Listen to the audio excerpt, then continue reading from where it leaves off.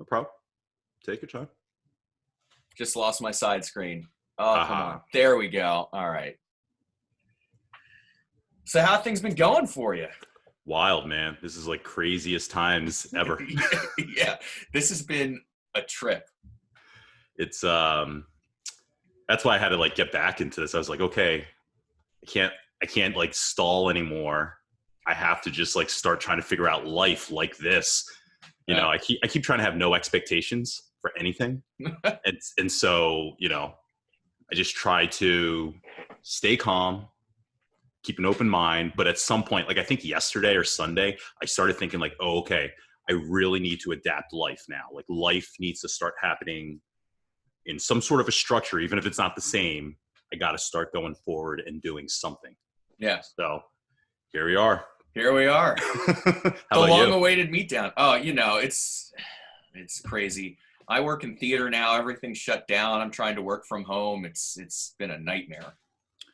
It's wild. Like I've been listening to yesterday. I spent a lot of time on YouTube watching like a lot of like Beavis and Butthead documentary and Tom Green interviews, like recent Tom Green interviews. And it just took me back to a time. And Tom Green talked about this where like, you know, he kept mentioning like, you know, this is pre-internet and this is pre-cell phone. And, you know, I was calling from the payphone and calling my voicemail. And could you imagine going through this time? Oh, God. When we grew up? No. What would we do? I have no idea. I have not the first idea. Like, be miserable, clean. I can't even imagine. Well, I mean, maybe we'll get into that a little bit. Yeah, what you did, but I don't know. I guess the official JP. Welcome to the official Zoom. Yeah, the first Zoom. We weren't friends in high school. The first Zoom. So wild. So we were actually supposed to do this interview like 3 weeks ago. Yeah. In person. You were going to come down into the city. And on a Sunday, great. I love like morning podcasts. Yeah. And so like I was really excited to do like a nice Sunday morning with you. And this all kind of hit at the exact same time. So thanks for accommodating. But as I see, you're already kind of into doing some video podcasting. Oh, I'm doing it. You know, it was funny. I got so bored the one night. I just, because I've been seeing everyone go live. So I'm like, I wonder what happens if I go live. Who would even look at that? And I told my girlfriend, I'm just going to stare at the screen and see what happens. And people started talking. We hung out for like an hour. And I was like, wow, this is really cool. And then people started messaging me, hey, I'd love to talk to you. Let's talk. So now I'm booked up through Saturday now. That's awesome. Yeah. I have people messaging me want to talk about all random stuff. So it's great. I stopped in yesterday for a quick second and saw some of your clips. You were talking to like just some lady. And so what's the nature of like these live broadcasts? It's pretty much anything. My girlfriend works at Dunkin' Donuts. She got laid off from her regular job. She was a server at a restaurant / bowling alley / type thing. Yeah. And she just, the unemployment thing isn't panning out for everybody. So she just went back to Dunkin' Donuts and they took her. So she's doing that during the day now. And so I'm just talking about whatever. And I'm having friends come on. Last night was Nikki. She's a friend from college. We were talking about teaching and music ed. Yeah. And what it's like. And I've had other music directors on. I have an actor on tonight that I've worked with in the past. It's a ton of fun. Yeah. That's interesting. So you are, I know you've always been into music. Yeah. And I remember you in band. And I kind of always, I guess, remembered you being around, probably, I guess, from middle school. But where did you start with like school in Wissahickon? Shady Grove, the whole way. Okay. So I guess I knew you in fourth grade. Who did you have in fourth grade? Fourth grade was Mr. Brownstein. Wow, I forgot all about him. Yeah. Of all the teachers I remember, he's the one I probably forget. Yeah. Mr. Brownstein, funny story with him. He actually sent me out of the room because I farted when he was reading a book. So there you go. The things that stick with you. I have so many questions about that. in my head, I feel like that would stick with you. Like as the kid, like, did you ever hear stories about like just random like rumors about, I heard that kid pooped his pants? Oh Like yeah. so does something like that stick with you when you fart in class? No, I think it was a thing of the day. I mean, we were all in 4th grade. If anyone remembered it, they just snickered about it behind my back, which, Oh God. whatever. Yeah. So 4th grade, Mr. Brownstein. Who'd you have in 5th grade? Mrs. Rogers. Mrs. Rogers. Okay. Yeah, she was amazing. She had the parrot and the cockatoo, the African gray parrot and the cockatoo that she would bring into class. Yeah. Was I do remember long brown hair, right? Yeah. Mm-hmm. Yeah. How did you like Shady Grove in general as a school? We haven't really heard too many people, I don't think, from Shady Grove. A lot of people have been from Bluebell. Yeah. I like Shady Grove a lot. I have like images. I have a really crap memory from my childhood. Like I just have images and little snippets of things. I don't remember like full sections. Yeah. It's funny. I actually, a couple of years ago, I found all the class pictures that we took from kindergarten through 5. My mom gave them to me and I put them up on Facebook and people were tagging themselves. It was a grand old time. What did you kind of do as a kid? What were you in? Like, I was kind of, I guess, getting into wrestling, but I did Cub Scouts and I did baseball and basketball. As a kid, what were you into? I did baseball up through middle school. I think I dropped out once I started getting more into the music and the band stuff. Mm-hmm. Band's always been a thing. Dr. Madden in Shady Grove, he got me into band right away in 4th grade, and it stuck all the way through. Yeah, that's pretty cool. Did you have friends from Wissahickon that you would hang out with? What was your like social life like as a kid before getting into middle school? I mean, there was neighborhood kids and friends. I'm sure I was always kind of a loner, frankly. You know, I had a couple of good friends. I was one of those kids that was friendly with everybody, but friends with very few. Yeah. That's interesting. I'm glad you said that. That's I think you're probably one of the first people to like kind of state it that way, because I think a lot of people consider themselves friends. And if you've listened to the podcast, I talk a lot about like friends versus acquaintances.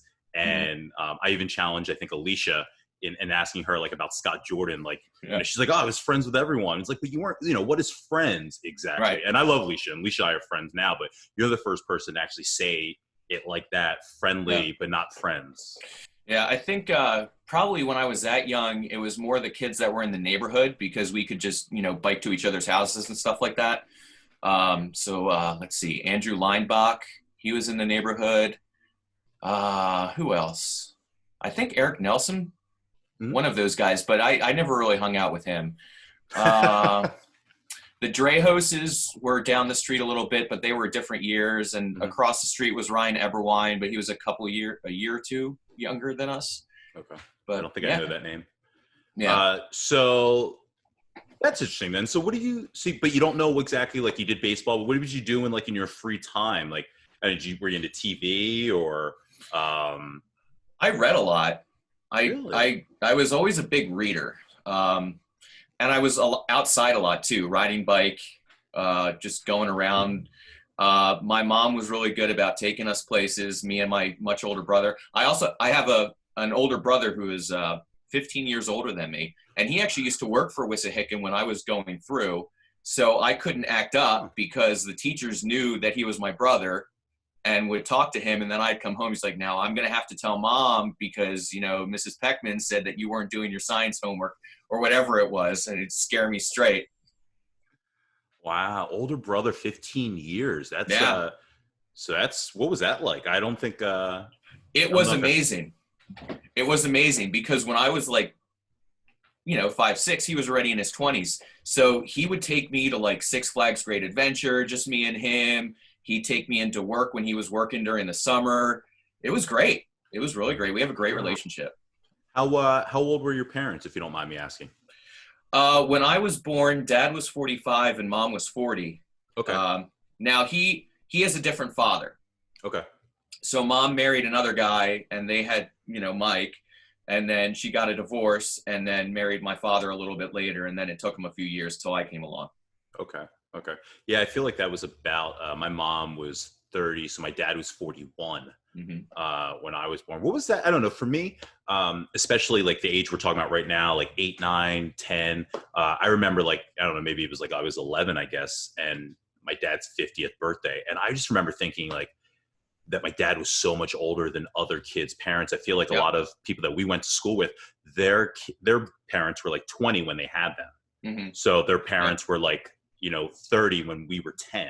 Right. Was that you ever? It was a little weird, I guess. I mean, going out with my parents, like everyone would think my dad was my granddad. It was kind of the thing. But I didn't let it bother me. The one thing that always was interesting for me growing up, all my cousins were like my brother's age. So I was a little kid that was always surrounded in family by, kids that were 15, 16 years older than me.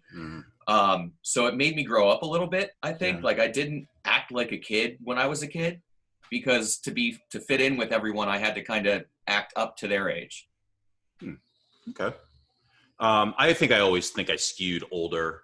I always felt like I got along way better, even at 13, 14, 15, with like my grandfather, who would hang out while he was drinking, vodka and like, holding court with like his other 60-year-old friends. And I always felt like that was way more my bracket than sometimes people that we went to school with. So yeah, for sure. I wonder if that has to do with having like an older father or I mean, for you, just having everyone older for you. But yeah, I guess for me, I didn't have a lot of friends. You mentioned you didn't really have like friends so much. So for me, I had like, 4 or 5. And then after that, it was the people I was closest to was family. Yeah. I mean, once I got into middle school and high school, it started being like Clyburn. Mike Clyburn and I were partners in crime. I mean, pretty much all the way through high school, and Steve DeSantis and the Gregors and all that stuff. Was that based on music primarily? Oh yeah, that was band. Once we got into high school and the band thing started going, and especially with marching band, then those people, that was who we hung out with pretty much. When that starts up, so that 6th grade, you start getting into music. And that was Dr. Madden, you said? Dr. Madden was 4th grade. He was Kane, Dr. Kane, right? Yeah, Mr. Kane, yeah. Mr. Kane. In middle school. With the ponytail. Yeah. Yeah. As far as I know, he still got the ponytail too. Wow. What did you play? Trombone. Okay. Yeah. So what kind of things start happening then for band? Mike talked a lot about it sort of clicked for him as far as this is something that music was something that he felt was always going to be a part of his life as far as like creating music. Is that when it clicked for you?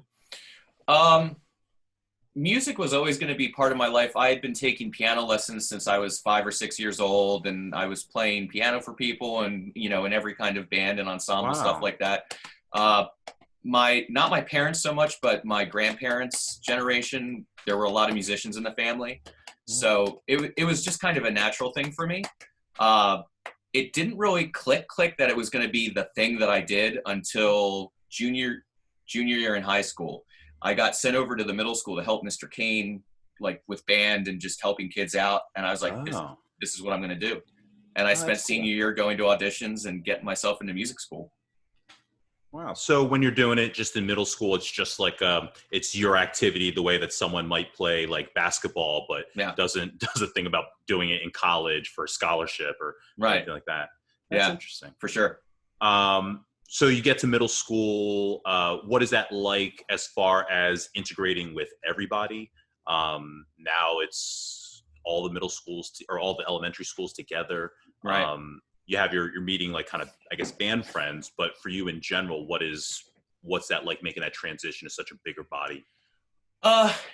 For me, I don't remember it being too brutal. I mean, middle school was pretty crap for everybody. You get picked on by some people and you hang out with your clique or whatever. I always tried to just be friendly with as many people as possible and fly under the radar. Definitely wasn't a popular kid, so I kind of got left alone and stuck to myself, which is how I kind of liked it. Yeah. And also, was it 6th grade into 7th grade or 7th grade into 8th grade? One of those 2 rounds of years, we stayed together with the same groups of teachers. Oh, really? Yeah. I don't remember. Was that 6th into 7th or 7th into 8th? It must have been 7th into 8th. So you had the same teacher? Yeah, we had Mr. McCoy for social studies. Mr. Comer was English, but he had some kind of medical thing, and we had some sub that came in one of those years that was just a nightmare, and they made her cry a lot. That had to be 7, 8, because 7 and 8 was upstairs, and 6 was the only one that was like kind of like it was 7 and 8 separate. And Mr. Patterson was our math teacher, I think. Wow, so you must have been. Were you in like the smaller pod?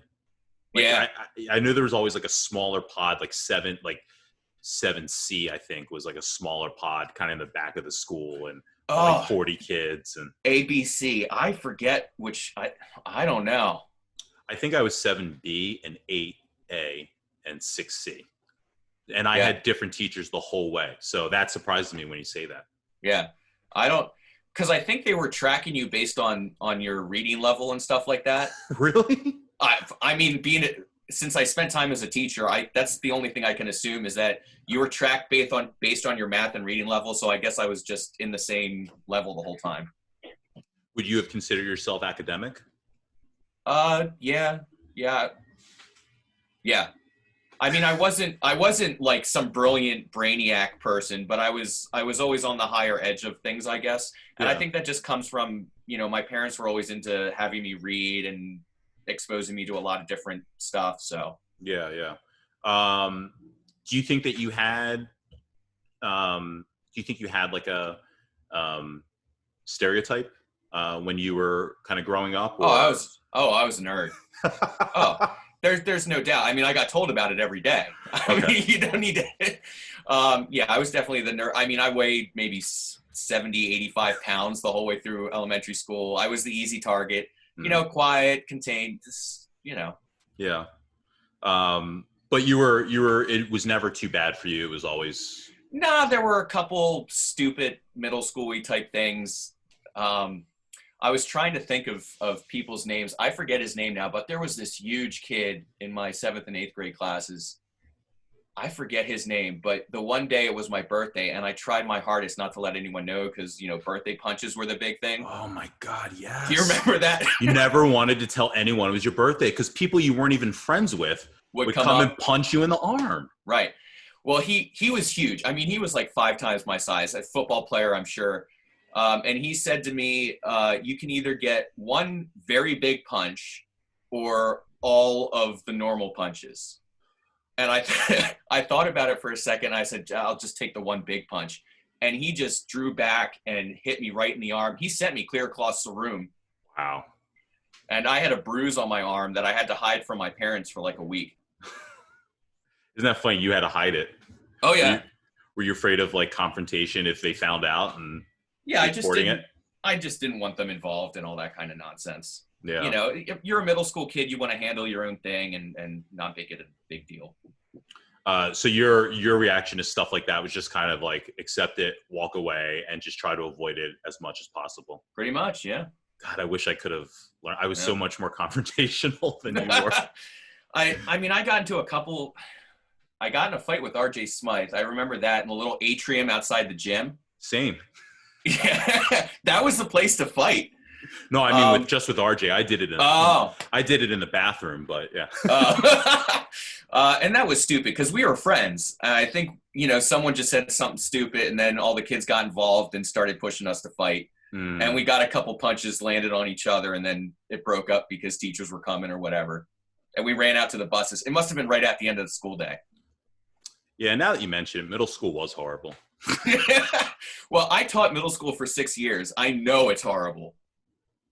Yeah, I'm just thinking back. I mean, 8th grade was like more pleasant for me. But in general, I did not like it. I did not like middle school at all. No. So then when you go to high school, what is that transition like? A little bit bigger, a little bit more expectation, I guess. Yeah. 9th grade was hard because my mom had just gone through hip surgery, and that threw me for a loop. That was actually carryover for middle school. But overall, it was fine. I mean, the friends I had in middle school and band came over to the high school band. And 9th grade, I was actually kind of left out a little bit because I didn't do marching band 9th grade. because it was elective and I just didn't want to do it. So I kind of had a kind of weird sanctuary year where I wasn't really friends with anybody and didn't really do much of anything. And then I got into marching band in 10th grade finally. And from there on, it was that, that group. Yeah. Why didn't you do it in 9th grade? I have no idea. I just got it in my head that I didn't want to do it for whatever reason. And my mom, interesting. My brother tried to talk me into it. My mom, Mr. Kane was livid. Mr. Hood was he was always every day because I was in regular band class, and I didn't want to have anything to do with it. It's interesting. Yeah. No push from your friends or. Yeah, I mean, it was weird. I missed something. I missed a memo at the end of 8th grade or something, and I went off by myself. And I think what might have happened, I think 8th grade, the summer between 8th grade and 9th grade is the year my parents sent me to Germany for a month. So I was over there living with relatives for a month, and I came back and it was like a different kind of world almost because it was like all of a sudden high school. So that might have had something to do with it because I kind of was away from everybody and we didn't have, AOL or Instant Messenger or email or cell phones or anything. Right. So I just didn't talk to anybody for a month except my German relatives. That's so wild. Just the times that we used to live in. Yeah, I can't even imagine just not having that connection. And then you come back and you have no idea. Did you feel that passion with anything else? Did you discover nothing? No. It was always music for me in the back. It wasn't like a passion where I thought I was going to go out and do something with it, Right. That didn't hit till later in high school, but it was always just the thing I did. Yeah. Plus you were already in band anyway, so you're still doing the concerts and did you play in the pit for musicals? I did.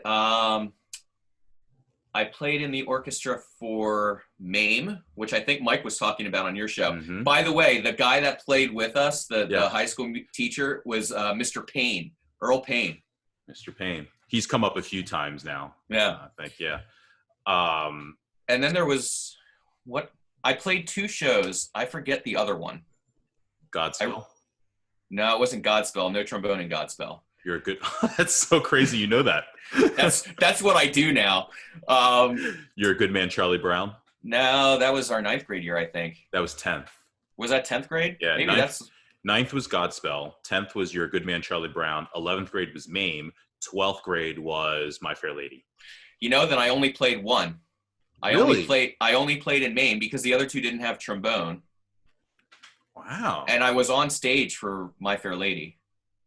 Like actually in? I was in the show, show. Wow, that's crazy. That's the year I dropped out. Yeah, I remember you talking about that with Mike. That's wild, yeah. Yeah. That was did you like it? Yeah, it was interesting. My Fair Lady was one of the first shows I'd ever been exposed to. My mom had taken me to see it at like Bucks County Playhouse or something like that. Yeah. And the movie is great. So I decided I'd go out for it, and it came down to me and Kyle Speece for the lead. And, they had us going back and forth singing the lead song. And finally they sent us to separate rooms. And what was her name? The director? Reckner. She went and talked to him. I'm like, well, he's going to be Henry Higgins. And then the English guy, the acting coach and dramatist guy, he came and talked to me, and he said, you're going to be not Henry Higgins. You're going to be Colonel Pickering. Okay. So I got to sit in an easy chair and read Last of the Mohicans and drink port wine the whole time. It was similar for me. I went back and forth with Vern. For whatever like the friend role was. Yeah. And Vern got the role, and then I dropped out shortly after. Because to be continued on the Vern podcast. Vern, in MAME, Vern was the kid, right? Her son? Something like Auntie that, Maeme's son? I've never, in MAME? Yeah. In MAME or in My Fair Lady? In My Fair Lady, he was Freddie Einsford Hill. He was the love interest. Yeah, so that's who I auditioned for with him. Okay. And it was the same exact thing, back and forth, and it was like till like 7:00 at night. It was ridiculous. Sing every song you know type of thing. Yeah. Okay, 11th grade was Mame. I don't remember the roles too much, but I would bet that Vern did have that part. Yeah, I'm pretty sure that was him. I didn't like. I got to be honest, man. I was so disappointed in my musical experience just by the selection. Yeah. I'm very like, I haven't talked about too much, but like, you know, I was very into music and chorus, and I was that guy that was like in select chorus, and I was acting as a kid, and so I was very into doing the musicals, and I was in the musicals in middle school all 3 years, and then got to high school and was like big, small fish, big pond type of thing. And I loved Godspell. I loved being a part of that, and I was loud, so I always had a role on stage because if nothing else, Mrs. Reckner could count on me to be the loudest person. Yeah. But then they did You're a Good Man, Charlie Brown, and that small ensemble cast will kill you. Yeah, and it's like, it was, you know, they included, you know, an extra 20 people to be in the chorus, and I was in that. But it's like I have zero interest in like a Charlie Brown musical. And then Mame was like, I didn't get it. It was like this Southern. It seemed like we were doing like a musical about slavery. I'll be honest. I remember. I think Jill Kavanaugh was Mame. Yep. And I remember, swear to God, I remember this conversation where I said something like, and what part are you? And she's like, I'm Mame. And I go, what is like this? And like, what is the role like exactly? And she goes, you don't know? We're like 4 months in. This is April. And she's like, you don't know? And I go, I just know my part. And she was so offended. But I felt like we were doing a musical about slavery. I was so like, it's talking about Whistling Dixie and mint. To this day, whenever I hear the term mint julep, I think of Mame. Yeah. And so by the time we got to My Fair Lady, I remember we wanted to do Grease, and we had enough guys. I remember Mrs. Reckner had always kind of dangled this carrot and said, if enough guys are here by the senior year, we will do Grease. And so it's me, it's Kyle Speece, it's Vern, it's Mike Mickles, I think, was trying to do it. And we're like all sitting there hoping we're gonna be doing Grease. And she goes, My Fair Lady. Fair Lady. I'm like, another like 1950s old timey, no offense, but just like tons of white people thing. I would have rather, you know, done a retread of West Side Story or some shit like that, you know? Yeah, well, they did West Side Story when we were in middle school. When we were in 6th grade, that's what got me so hooked. I was like, that was an amazing show. I was enamored. I think that might have been the first time I ever saw West Side Story. And to this day, I've got a West Side Story like collector's edition DVD set that's like precious to me because I remember that show and like I fell in love with Maria on stage and like I just thought it was the coolest thing in the world. And that really sunk me into believing in the whole school musical system. I wanted to achieve what I saw on stage. Yeah. The only time I ever felt we got there was Godspell for me personally. I don't know. Yeah, that makes total sense. I always, my mom, when I was taking piano lessons, I remember one night I was playing piano and my mom and dad come downstairs all dressed up. And I'm like, where are you guys going? Oh, we're going to see Phantom of the Opera. What? Like I wasn't even asked. They just went. And I was so downtrodden about it because I had my piano teacher had given me like the excerpts to play. And then the next day my mom comes up to me and she says, well, get dressed. We're going to the theater. She went and bought me tickets to take me to the matinee. And that was it. From then on, she was getting me season tickets to various theaters and stuff like that. So musicals was always a thing I was going to do. Yeah. It's interesting now that I'm a resident music director for a theater because I would never have guessed that was like a thing you could do like for a living. So me either. Yeah. I remember my mom used to take me to the Valley Forge Music Center. It was like a round. It was like a music round. And they would do like a lot of Grimm fairy tale style, like Snow White and Sleeping Beauty and all those. And used to go like I think it was like maybe once a month. Me and Ray Campion, our moms would take us together. And I remember like the little bite-sized Snickers bars, like that is like just pure nostalgia. But man, I remember when Peter Pan came out on like PBS with who was the Mary Martin. Yeah, Mary Martin. And I remember I had that on VHS. Used to watch that with the commercials. Like used to watch that all day long. Into the Woods. Oh Maybe God, yeah. maybe my favorite, and the Bernadette Peters when that aired on PBS. I had Yeah. that on tape, and I would watch that nonstop. Yeah. To Mine was this, Les Mis.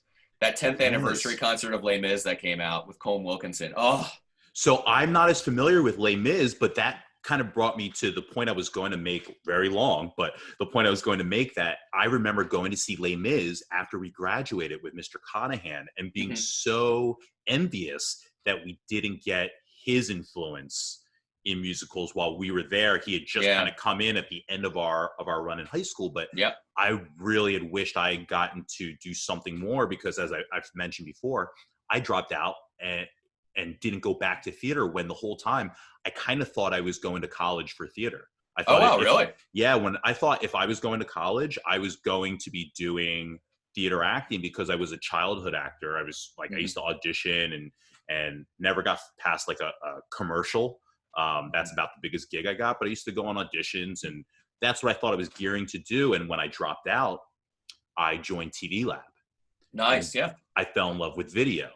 And that's when it all changed. I started doing video and radio, but my entire, probably from the time I was 10 till I was 18, thought I had to do theater to get into, screen acting, stage acting, whatever I was going to do. I thought I was going to be an actor.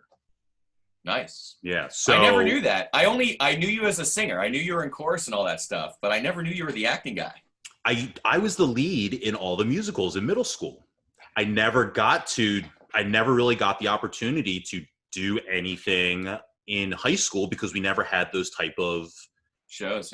Yeah, they were these, kind of offbeat type of shows.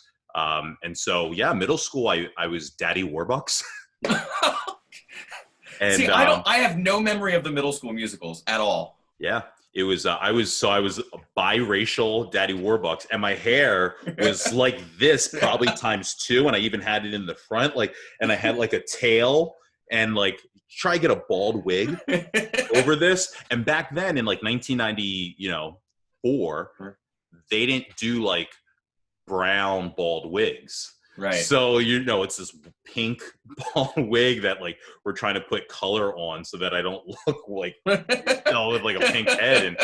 And it's like ripping over my, my fro hair. And like, we're trying to tape it together because we only have like 3, and I got to do 2 shows. And it was ridiculous. So I did that. And then we did like some mock-up take on another show. Where I played like some juvenile in 7th grade. It was called like Another Part of Me, which was like based off of something called The Me Nobody Knows.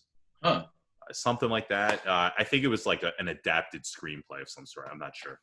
And then in 8th grade, we did Dreamgirls. Oh, wow. And I played James Early. Nice. Just did the whole striptease and everything. I'm sorry I missed it. Yeah, it was hot. I might have to break out the VHS tape. Oh, you still have a VHS of that? I do. And in fact, I was actually just, I got a message from the Watson Bays with a link. It was to me and Ashley and Angela Chapman.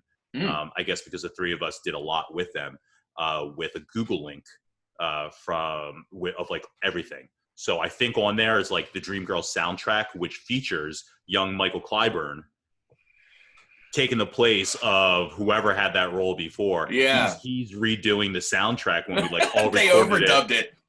Yeah, they absolutely overdubbed it. That was the most intensive one that we had ever done. I remember like Amanda Christian, I think, blew her voice out. Oh, wow. Like playing Effie. Yeah. And so we did like all this overdubbing, and I think they mixed it into the VHS tape release. Like amazing. Yeah. So I'm gonna have to like look through that stuff and maybe upload some. Mike will tell me. Mike will hate it. Oh, you got to do it now. So when you were in high school, you were in band? Did you work? Did you have like a job or anything? I worked at Staples for a couple of years. A fellow retail brother. Yeah, retail. Oh, the devil's industry. No, Staples was all right. It was one of those things where I wanted a car, and my parents helped me out and got me a car, but we got it home, and my mom's like, so, how are you going to pay for gas? I'm like, gonna ask you for money for gas. She's like, oh, no. How about the insurance? I'm like, don't you do the insurance? Oh, no. So they were like, well, I guess you're gonna have to go get a job. So I tried Barnes and Noble in the mall. Oh yeah, Montgomery Mall. Yeah, that didn't work out. And then on the way home, I just stopped by Staples and they hired me on spot. And The one on 309. Yeah. Mm-hmm. Wow, I remember that one. That one was big. Yeah, it was fun. And I matriculated, like I was just basic stock, just random associate. And then I actually got into the copy center and I started working my way up the ranks. And, the copy center. Yeah, that's like the barricaded area, right? Yeah. Scanning a whole bunch of legal documents that I had no business reading. But you know what? It was fun.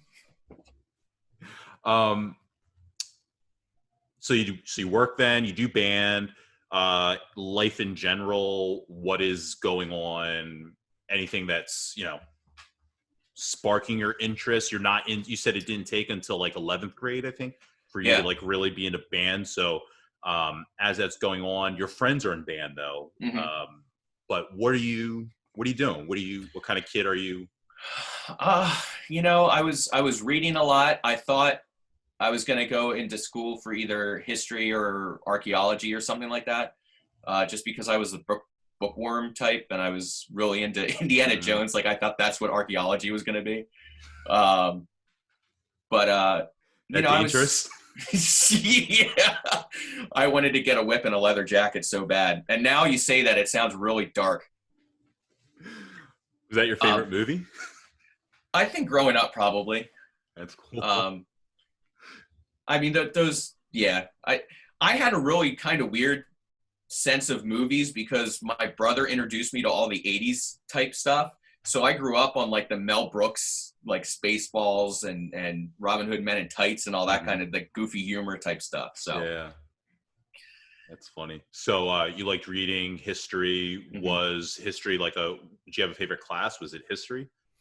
My favorite class outside of band, was probably history. I remember. Okay. No, just in general. I took AP history. I was at Mrs. McLaughlin, I think. I really enjoyed that. Any specific type of history that piqued your interest? I've always loved, and I still do to this day, early American history. So like, founding through the Revolutionary up to the Civil War. Wow. I always wish, and God, I've got the time now. I wish I could remember that stuff, or I wish I comprehended it better when I was younger. I had such a hard time just getting that stuff, Yeah. And I don't know. I feel like I understand things so much better now, especially with everything that's going on. I just, history repeats itself, blah, blah, blah. I just wish I was better informed about our country's history, especially. I know the strong bullet points, but dates, treaties, bills, especially even as you get into more modern history, with stuff with Roosevelt, which I think is probably going to be really important now. I wish I was a little bit more brushed up on that stuff. How did you, I don't know, is it just because you were into reading, it was just easy to retain for you? Yeah. I always preferred nonfiction for whatever reason, over fiction. Like I never got into like sci-fi or comics or anything like that. So I was always reading just biographies. And I remember the one Christmas I got a biography of John Adams. And, I sunk my teeth into that, and I was reading those kind of books always. So I was going to ask you earlier when you said you like to read, what did you like to read? I was expecting like a Maniac McGee or something like that, or maybe Lord of the Flies, but nonfiction at that young. Nonfiction, yeah. I mean, I read the Maniac McGees and Lord of the Flies and Treasure Islands and all that kind of stuff too, but I don't know. For whatever reason, it just the nonfiction stuff stuck. Oh, I get it. That's me now. I enjoy, nonfiction when I read. It's more of a trend that'll go for like a 6-month span and then done for 2 years. But right. I enjoy more historical stuff, biographical, a lot of times if I can. I think when I was, that age, I was much more into I was trying to find comedy books, Chris Rock and Jerry Seinfeld and Tim Allen, like that stuff was George really Carlin's brain droppings. Yes. A constant on the bookshelf. Were you a comedy fan at all? Oh, I love comedy. Yeah. Oh, I absolutely love comedy. Growing up, were you into, because I feel like when we were growing up, like HBO comedy kind of exploded again. I guess like, you know, the Whoopi Goldberg, Billy Crystal, Carlin era of the 80s. But when we were growing up, like I remember like a Damon Wayans and Eddie Griffin and Richard Jennings and just all these big comedians were starting to come out on HBO again. It was like every month there was someone huge. Who were you? Mine were always like Robin Williams was a big one when he did his big HBO comedy special. That was a huge deal. I made the drastic mistake of watching that with my parents. I talked it up to my mom and dad. They're like, "Oh, we love Robin Williams," because they're thinking like, you know, the movie Jack or something, and it was completely inappropriate. Yeah. From the first moment he walks on stage, it was inappropriate. George Carlin was a favorite. Let's see, Weird Al. I loved Weird Al stuff. That was again my brother's doing all that kind of goofy music type stuff. That was all my brother introducing me to that. I have this thing I like to say about Weird Al. That Weird Al and Green Day are like anomalies in the music industry. They, as far as like I know that I can think of, I'm sure many more people have some examples. Shout them out if you can think of them. But like, to exist in so many different decades, different generations, that they were in our parents, you know, generation, they were in our generation. Then they came out with like Nice Guys Finished Last and An American Idiot. And then to modern day where they just did a musical and all that. Like they've managed to exist for like damn near 4 decades into 4 decades, which other than Weird Al, like those are the two people, you know, when you think about the early 80s stuff. And then when we were growing up with like the Red Hot Chili Peppers and Nirvana. And you're bringing back bad memories of me trying to be cool in middle school. I think that's Amish Paradise. Yeah. Amish Paradise was huge. I remember Amish Paradise and Bad Hair Day. That whole album was like one of the first CDs I ever had. Eat it. And so like, you know, it's just a crazy, you know, until today, I guess I heard something about like him and Michael Jackson. He doesn't want to do Michael Jackson songs anymore. And my first thought was like, my God, he's still performing. Like, you know, and every once in a while you hear about some popular song that he's taken and redone. And I think, wow, he's done it again. I don't even know if there's still albums or if he's just doing singles, but man, just a sustaining artist. Yeah. Is Weird Al Yankovic. So it's funny you mentioned him. He's a brilliant mind. I mean, you got to give him that. Funny story. So this is the moment that absolved me of pop music, and I stopped trying to be on top of popular music. Was middle school. I remember all the guys in like gym in the locker room would be going on and on about Green Day, all the time Green Day. And I grew up in a house where my mom liked to listen to country music and my brother was listening to 80s, and you know there was classical music with the piano. So I was never really exposed to pop music except for like the bus and what kids were talking about. So I knew like Green Day songs, but I didn't have the album. So I finally saved up some money and, you know, talked my mom into taking me out to Barnes and Noble or whatever. And I got the Green Day album and I brought it back home and I listened to it all weekend. And I went in the next week and we had gym. I'm like, oh, it's the Green Day is awesome. And everybody around me just stopped dead and went, Green Day sucks. I don't know what happened over that weekend, but it became uncool to talk about Green Day. And again, I didn't get the memo. And I remember going home and just throwing up my hands and being like, that's it. I'm done caring about pop music because by the time I figure it out, it's going to be dead and stupid. That's so funny. I remember like my hip hop's always kind of been my primary since, you know, middle school, I guess. But growing up, it was, I guess, just whatever your parents listened to. But I remember it was hard for me. Like it was a very slow, gradual, entry into hip hop, into actual hip hop music. My experience to hip hop until I was probably 13 was like just what's on the radio. The idea of, and I remember when Ray got like Old Dirty Bastard tape cassette for like his birthday or Christmas. And that was like, oh my God, like we used to hear kids driving by the bus stop, listening to rap music with curses. And we're thinking, how can you there must be some special radios. It's funny now, modern day, but we used to think there must be some special radio station where you can hear like uncensored music. Right? we were thinking of Sirius back in 1992. We just didn't patent it. So, the idea of like actually, Nas didn't get like a lot of airplay on the radio, right? Philadelphia. And so Nas wasn't a rapper I really knew until like really on MTV, like the videos started coming out, and I think he had that song with Diddy where he's chained up like Jesus Christ, and it was just, like there was some crazy stuff going on. Yeah, so like it took me a while really to like get into hip hop music, and I remember like trying to listen to what other people were listening to, and the first time I got like an LL Cool J CD, and I just thought it was the coolest thing, and I was going to be this kid that can claim he listens to LL Cool J, and I've got the CD, and like it was definitely like a status thing that I wanted to achieve with kids in the class.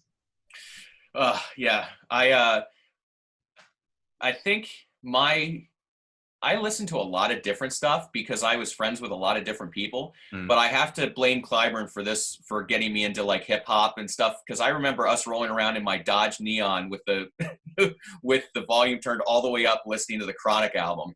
Yes. He said he loved that album. we listened to that, and Earth, Wind and Fire Live. That's the other one he said he loved. Yep. God, isn't that fun? That's what memories. what we all do. When with our friends, I guess I used to like ride around listening to, God, I'm almost embarrassed to say this now. I can remember like with Ray, we always listened to like rap music, and Ray would be the one to introduce me to rap, like different songs and different artists. But with Scott, we used to listen to like all different stuff. So Scott and I used to listen to like Luther Vandross, yes. and the first Destiny's Child, like Writing on the Wall, the Destiny's Child album, and like just picking out our favorite songs. I remember Scott was like first one to introduce me, and this is before like the song hit, and they had videos or anything, but first one to introduce me to Three Doors Down. Yeah. Probably like 6 months, a year. He had that album before it ever was like a hit or anything before 12th grade. Wow. So like just like random stuff. It's funny. And that was like the fun thing, to just sit in your car, drive around and listen to music. Well, we didn't have the internet really. That's all we had to do. We had AOL, and it kind of sucked. Yeah. Yeah. What did you find yourself then for your personal choice? Earth, Wind and Fire, like when Mike said that, I was like, oh wow, but that makes sense, right? He's a band guy and you're a band guy. What other stuff did you get into for your personal choice? I got into a lot of jazz and a lot of funk, like the early like Earth, Wind and Fire type stuff. Tower of Power, Chicago. That was what I was listening to, and I was listening to a lot of Broadway, a lot of theater stuff. Mostly because I was just loving it, and I was going to a lot of theater stuff with my parents and friends and stuff like that. So I was into it. It's funny. I had, do you remember we used to carry around those books of CDs? Like you would have like the binder that had like the 3 CD jackets in it. I had 2 of those in my car. Yeah. One was full of hip hop and pop music, like Three Doors Down, Creed was in there. All kinds of stuff. And the other was nothing but Broadway. Nothing but Broadway. And I had driven my car into Philly, and someone broke into it because, it takes a top criminal mind to break into a Dodge Neon. And they took one of them. And I musicals. Yeah. I was like, oh God, no, they took my Broadway. And sure enough, they had taken the Broadway one and left the rap and hip hop one. I felt so bad for the poor criminal, like going back into his, whatever he was doing, trying to sell like Les Miserables 10th anniversary full symphonic recording. I would have loved to see like the decision process in that, when he's just like, he's got these 2 books and he's just looking at him. He's like, I only got time and enough arm space to take one of them. I hope this one's good. I think he maybe just saw the one, but who knows? Once I got out of high school, I was not much into musicals anymore, and I never really completed like the proper musical education, like to know a lot of them. So for me, like my favorite musicals are probably like, you know, I think Into the Woods is probably my favorite. Good man. It's a great one. And Grease, Mm-hmm. I remember seeing with my grandfather at like the Walnut Street Theater, and Yep. Grease 2 was actually my preferred movie. Really? Yeah, I prefer Grease 2 over Grease 1. Ooh. And that I saw Grease 2, the movie, before I ever seen Grease at all. Wow. And West Side Story. And then other than that, that's probably about it. Do you have like a favorite musical or a top three? Or you can't ask a music director his favorite. That's why I say like a top three. Top three. Let's see. Les Mis has to be in there just because of the sheer amount I've lived with that thing. Hadestown. If you've not listened to Hadestown yet, get yourself the Hadestown album. Okay. It is out of this world, and the show is spectacular. It's still on Broadway. If it reopens, go and see it before it leaves because it's amazing. What's another? I mean, Hamilton came out, and I waited a while because I didn't want to bandwagon it, and I really love Hamilton. And My Fair Lady is up there too. Really? Honestly. And here I just like trashed it. It's sorry. I mean, that's just, because I was part of it, the show. And I music directed My Fair Lady in at the Dutch Apple. Oh, okay. So I've come around to that show now twice from both ends of the stage. So it's been pretty cool. Wow. Can you talk a little bit about like Mr. Hood in band and just your experience with him? He was an amazing teacher. Absolutely amazing. He was honest, how some teachers like to gloss over stuff or not share and kind of be cold. He was honest about everything, and he was so welcoming to everybody, and he was just a good guy. And just the sheer amount of stuff he exposed us to.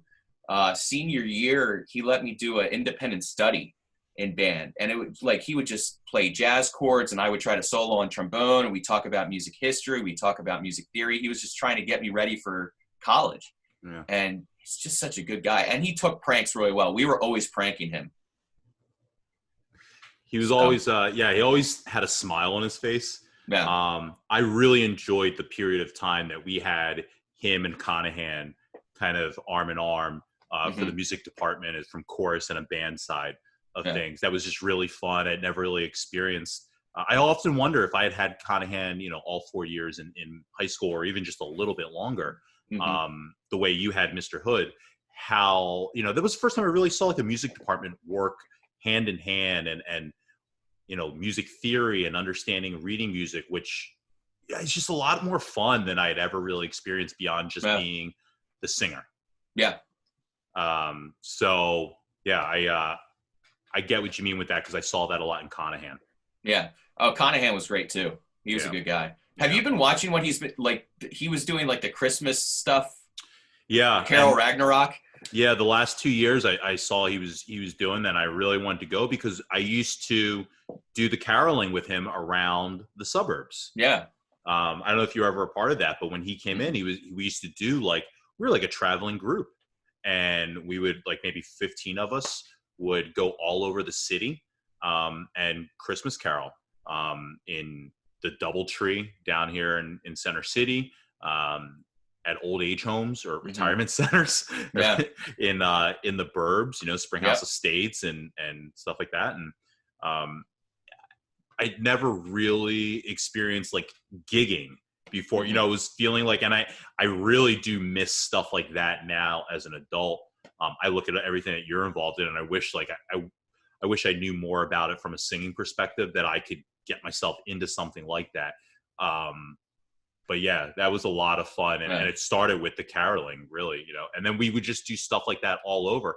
And it was Greek hymn or Latin hymns and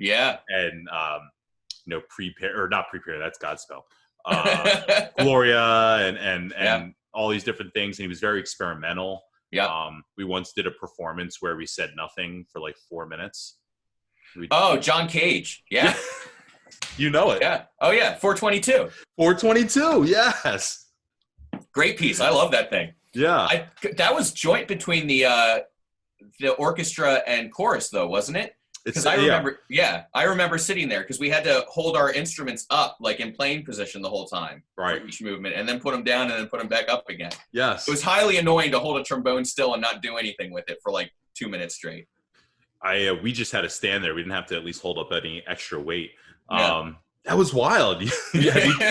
Have you done that since? I think we did it in college. Were you? But I think. Do you feel like a pro at that point? I got this, guys. yeah. I practiced real hard. For anyone that doesn't know what we're talking about, 422 is a piece. Is that what you call it? A piece? Yeah, it's a piece. Yeah. It's a musical piece of nothing but what, rests? It's not rests. It's actionable silence. Actionable silence. Yeah. So yeah, go ahead. The idea that John Cage had was that music is around us all the time. So he was getting away from this performer-focused music. And the idea was the audience would be so honed in, waiting for something to happen, that they would start paying attention to all the sounds that were happening naturally around them.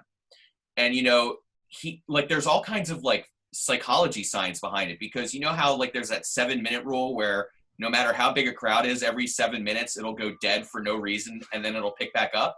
And he had that in the piece, like it was all part of the plan. Wow. It's really crazy. And you can go on YouTube and watch performances of it, and they're great. It was unreal. So it's like you've got a bunch of, 17-year-olds, 18-year-olds about that, sitting in chairs and standing on risers, completely still and silent for 4 minutes and 22 seconds. Yeah. Well, it's 3 movements. Okay. So it's kind of like a little concerto almost. So you go up, I forget what the breakdown is. There's specific instructions, and like there's a printed score and everything that you need to get. But you're supposed to go, like usually you see it with like a piano player, right? They'll go and the piano cover is down and they set a watch up and they open the score to the first page. They open the piano player, the keyboard, and they start. And then they go for a couple minutes and they close it and they rest like you do at a whatever. And then they open the next one and close it, and then open the next one and close it and bow. And that's it. Do you turn the page? Yeah, you turn the page.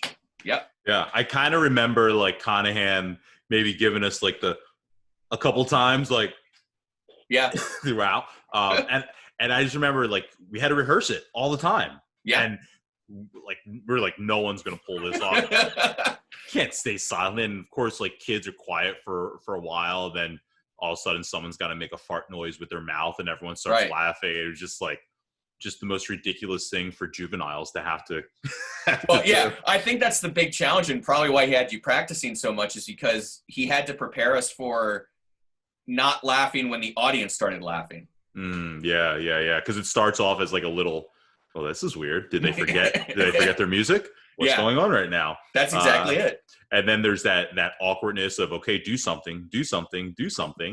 And then it kind of becomes like, oh, I get it. We get it. We're in on it now. And they become a part of it. Yeah. But it takes probably like, of that 422, it probably takes 315 to get there. At least. Yeah. Brilliant piece. Love that. Oh, God. John Cage is crazy. I haven't thought about that in so long. Yeah. Oh, it's great. Oh, good memories. So what was it for you then with band?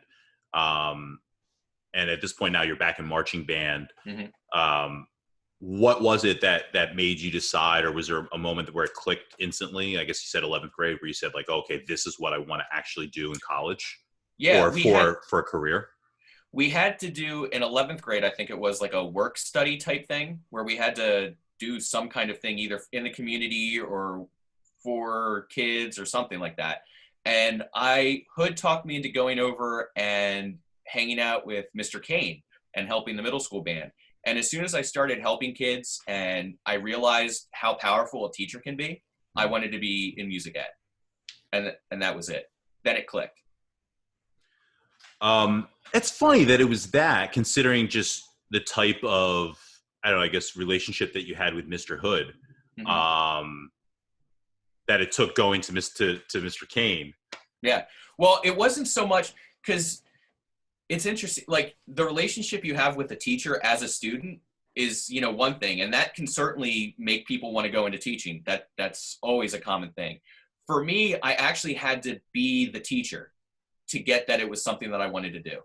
And just, you know, sitting there next to a middle school kid and explaining to them how to play a scale, and they could do it, and then the look on their face, I wanted that. That makes sense. You know, and I came back to 12th grade with a whole new respect for what like people like Mr. Hood and Mr. Conahan and all our teachers were doing. You know, and I really took 12th grade to kind of eat that all up and try to find what was working and what wasn't working for teachers, and use that. That makes so much more sense. Okay. Yeah. So then where did you start looking? What does college, you know, the college search look like for you, and where did you end up eventually going? So I wanted to go to Westchester because that's where everybody in the Philadelphia area goes for music. That's all I want. I applied to Westchester and that was it. And my mom said I was crazy. I had to apply to at least 3 other schools. So I applied to Mansfield University, which is way up north near the New York border. Millersville University because it was down the road and who cares. And IUP because it was farther away. So I had IUP. Indiana University of Pennsylvania. Yeah. It's outside of Pittsburgh. Okay. So I got myself ready, and Hood's getting me ready for the audition stuff. And I went to Westchester, and the trombone guy was a nightmare, and he hated me for I don't know what reason, but I totally didn't get in. Didn't get in at all. And they have a really weird audition process. I won't go into the specifics because that's just a little nightmare story. And I cried my whole way back up 202 because I didn't get in. Like, they wouldn't even let me in the music department. They said if the university accepts you, that's cool, but you have to be undeclared. You can't be a music major. Wow. So I was like heartbroken. Like, I didn't know what to do. Then I went to Mansfield, and the trombone professor up there was like, oh, well, you know, there's a couple problems with your playing, nothing we can't fix. We'd be happy to have you. But it was in the middle of nowhere on a mountain, and I couldn't do it. Mike Clyburn actually came with me on that trip because I wanted somebody in the car for 4 hours. And I came out of the music building, and he was hanging out, and I looked at him. I'm like, there is no way I'm coming here. This is too far away from humanity. I think I turned into something from The Shining. And then I went to Millersville and met Dr. Rabidow, who was my trombone professor, and I fell in love with it. The campus was beautiful. He was such a great guy. He reminded me a lot of Mr. Hood, actually, just with his openness, and he was a great trombone player, and, you know, he taught me a lesson right there and then as the thing, instead of just me playing random stuff. So I pretty much made up my mind at that point. And then I was going to IUP, but they got some kind of blizzard that was coming across from west to east. And they said, hey, you know, we're going to have to cancel. You don't want to come out here in this. And I said, okay, well, we'll reschedule. And then I just never rescheduled it. I just ended up going to Millersville. That's nice. That's nice the way that worked out, though. Yeah. And the beautiful thing about Millersville, it was close enough that I could get home in an hour and a half, but far enough away to discourage just the random pop-by visit. Yeah, I was going to ask, did you have any like specific, you know, desire to be further or not so, you know, or close to home? Or I felt a similar way with Temple, that it was like far enough that, like, you know, if someone's going to come by and visit, it's an hour away. But if I need to go home for the most ridiculous of reasons, it's not a chore. Yeah. I didn't have distance really in mind. I didn't really care I didn't want to be too far away. Mm-hmm. Like I wanted to be somewhat close. Like I definitely wasn't going to California or something like that. But Millersville was kind of right in the sweet spot for me. So it was good. You mentioned way earlier that you had gone to Germany as a kid. Mm-hmm. And I remember looking in the yearbook, and I think you took German. Yep. In your heritage, I'm assuming? Yeah, both my parents are from Germany. I'm the first generation born. Wow, born in Germany they were.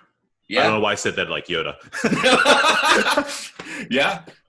Mom was born in Hamburg, in closer to northern Germany, and my father was born in Bavaria. Wow. Yeah. That's unique. So so they've been here for 40 years by the time you were born. How is their English? Fine. Great. Yeah. My mom, you can kind of tell if you know that she has an accent. Very, very slight now. My dad, you can definitely tell. If you talk to my dad, you know he's from some Germanic country somewhere. He's never lost that. Yeah. But yeah, my mom came over when she was 16. She came over to visit relatives that were here, and then she wrote a letter back to her parents and said, "I'm not coming back." So Wow. she stayed. Well, the thing in Germany is they railroad you in your education. So, once you get to fourth grade, you take a test. And if depending on that test, you either go into a trade or you go to university. And in my mom's case, she was just like in home ec and, just preparing to be a housewife pretty much. And she hated it. She didn't want to do that. And similar, my dad was, he got through sixth grade, I think. And then he started training to be a butcher. Oh, wow. Yeah. So mom came over when she was 16. And she stayed. She got her high school, I think it was a GED at that point. And then she went to Temple for a while until she got married. And my dad came over in his early 20s with his family. And he joined the Marines, actually. And that's how he gained his citizenship. Wow. My I popped so big when you said butcher. My great-grandfather, when he came from Russia, became a butcher when he grew up. He came over as a kid, but once he got a little bit older, he became a butcher. So like the big hands and the butcher blood, it's always like kind of been a thing in our family. So that was cool to hear that. Yeah. My dad is a big guy, and he's 82 years old, and he can still crush me if he wants to. Like he can take my hand and just, and it freaks me out because my life is playing piano now. So he knows it too. He just rubs his thumb a little bit and starts cracking my hand. I'm like, no. So did you also take another language? Just in sixth grade when we took the all four. I guess we took a marking period of Japanese, of Spanish, of French, and German. Yeah. And then from seventh grade on, I took German. German the whole time. Is that cheating? You would think so, but I was conversational German, so all the rules and grammar and stuff like that, I didn't know, which actually kind of hurt me because I didn't take it seriously. Because like the first 3 years of that language stuff is all the conversational, like, hello, how are you? My name is, blah, blah, blah. What color do you like? All that kind of stuff. So I'm like, And, they mix in the grammar with that too, but I was like, yeah, I know that stuff. This is stupid. And then I got to maybe 10th grade, and all of a sudden it was like, okay, now you have to write a paragraph in German. And I sucked at it. It was absolutely terrible. So that kind of ruined me. I'm just looking at your yearbook picture right now. Good Lord. Just to see if there's any other events in here. I'm trying to see if I know the friends that you've listed in the yearbook here. Oh, I don't even know who I list. I couldn't find my yearbook. This is so weird. This is terrible that like now I just realized this is the big thing that we can't do on the podcast is like have you actually signed the yearbook since you're not here. Oh, yeah. But I'll send you a digital signature. You can stamp it in. Take that. Thank you. But you do call out Tito, Liebchen, Schutz, Adam. Yeah. Which is I can assume is Adam Gregor. Yeah. Keith, yep, Pisarcik. Yep. Ellen Oplinger and Margot Matthews. Margot Matthews. Justin. Oh God, Justin. And all the rest of you. He was an underclassman, yeah. Okay. And all the rest of you. You guys are the best. Yeah, so I find it interesting. No, other than Margot, and I mean, I don't know Tito or Lieb. Is it Lieb? Tito is Clyburn. Oh, okay. I was gonna say it doesn't seem like you have anyone like in our class other than Ellen and Margot, but okay. Yeah, Liebchen and Schutz, they're in our class too. Okay. I think one of those is they're both Kims. Kim Citrone, and what was the other Kim's last name? Borkowski. No, not that Kim. Here we go on the name game. Oh God. Devaney. See. No. Clauder. No, not Kim Clauder. Although Kim Clotter was also in my neighborhood. Pace. No. Kimberly.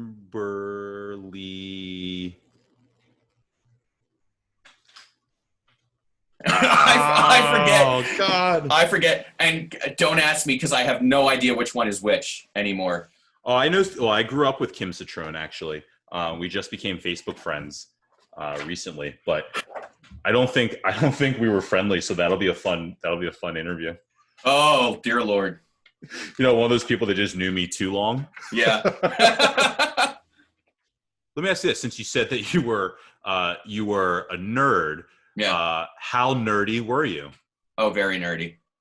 Oh, very nerdy. Like from a stereotype standpoint, you know, did you play Dungeons and Dragons? No, I wasn't that nerd. No. I was just the quiet, you know, I was smaller than everyone because I was really skinny. I had the glasses. I always had the book bag on both shoulders instead of just the one, you know, that kind of stupid stuff. And I dress exactly the same way I dressed back then, which probably doesn't help. You know, jeans and button-down shirts. Yeah. That's kind of the style now. Yeah, well, it's beautiful now. Yeah, business cash. Yeah, it's great now. But when you know, middle school and high school, everyone's like, nah. Yeah. Guy's dresses like he's 36. I grew into the classics. Did you date at all? Not much. I had really bad luck and no game.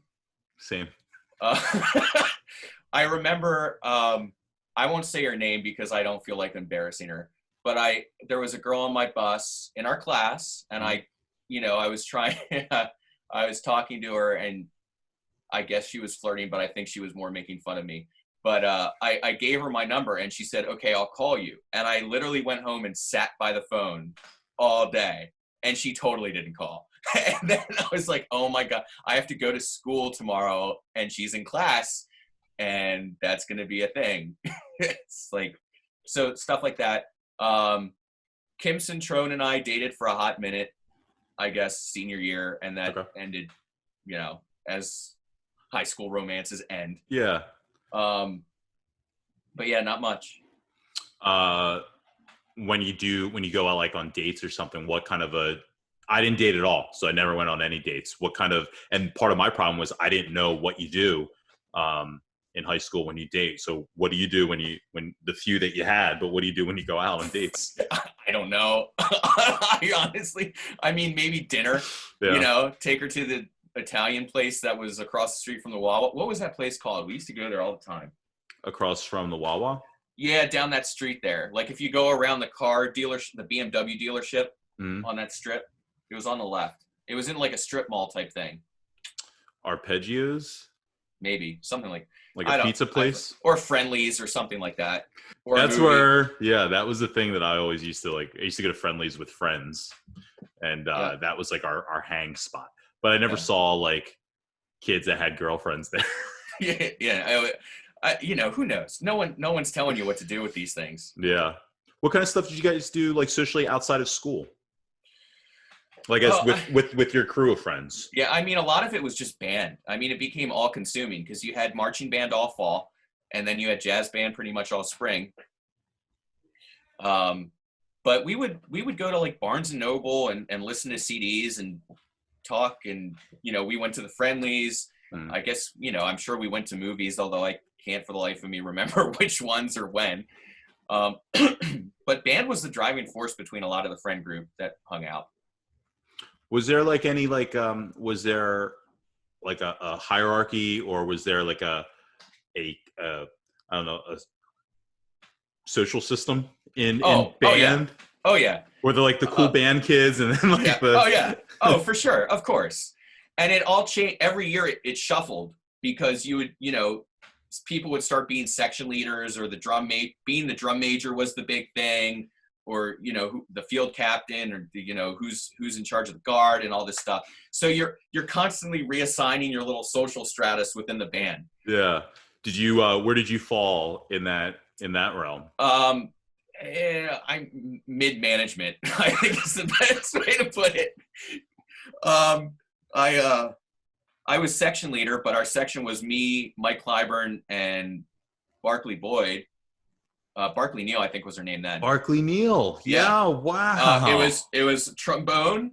Mike was on marching baritone because he played euphonium in the band, and she played sousaphone or tuba. So a nice section of 3 for a long time. I think we maybe added a freshman my senior year, but I forget them at this point. So would you say you guys are just peers? Yeah. And we're, of course, the 3 of us were also in jazz band. So, it was like always the thing. Yeah. And I was field captain my senior year. Who was Emily was the drum major. Holyfield? Yes. Once you get to college, for me, doing film, it took me a couple years, but by the time I made it to Temple, I started at Monco, got my associates, then went to Temple. And by the time I was in Temple, I was almost shocked at times at some of the stuff that people would put out, because it wasn't good. Mm-hmm. And it probably wasn't until my senior year when I was in my thesis class that I started to kind of like formulate this mentality that, there are lots of people in the arts that are peers to you, because they pay to be there, or they knew someone to be there, or right place, right time. But that doesn't mean that the work is equal. Right. So I'm curious your experience going to college in the arts, and it's not competitive because your grade is your grade, but I felt a desire to stand out with my work. Did you feel that? And did you feel from a even playing field that some people were lesser, even though they were getting the same opportunities as you? Or oh no, that didn't sound right. I don't mean that like, no, I was better than everyone, so whatever. No, not at all. For me, and it was interesting because in music education is a little bit weird because it's not like performance where the driving force is how good can you get at your instrument, at your field. Our focus was teaching, and we tried to be really good teachers. Now, you need to be a really good musician to be a good music teacher, period. That just goes without saying. In fact, you need to be an excellent musician to be a teacher. But my class specifically was not a lot of performance people. There were people that were better performers. I was not a great trombone. Like, I was in no way a virtuoso trombone player. I hated everything about doing like solo trombone work. I did the absolute minimum for my junior and senior. I don't even remember what the concert things, just because recitals. Recitals. There you go. Thank you. The non-music major getting the word. I wanted nothing to do with that part of the spectrum. I love playing in ensembles and I love doing musicals, but I hated solo work. And to this day, I hate solo work. Like, everyone's like, oh, you should get on Facebook and play piano. It's like, nah, that's okay. Don't need that. Yeah. So we enjoyed each other performances, I guess you would say, and we encouraged each other, but we never really wasn't competitive. Yeah, it wasn't like that. You didn't need to be judgy. No, it was competitive on the academic side. Like, we were competing with each other for grades in history and theory, and that was a big thing that we would egg each other on about. But the performance stuff, that wasn't even really a big thing. Interesting.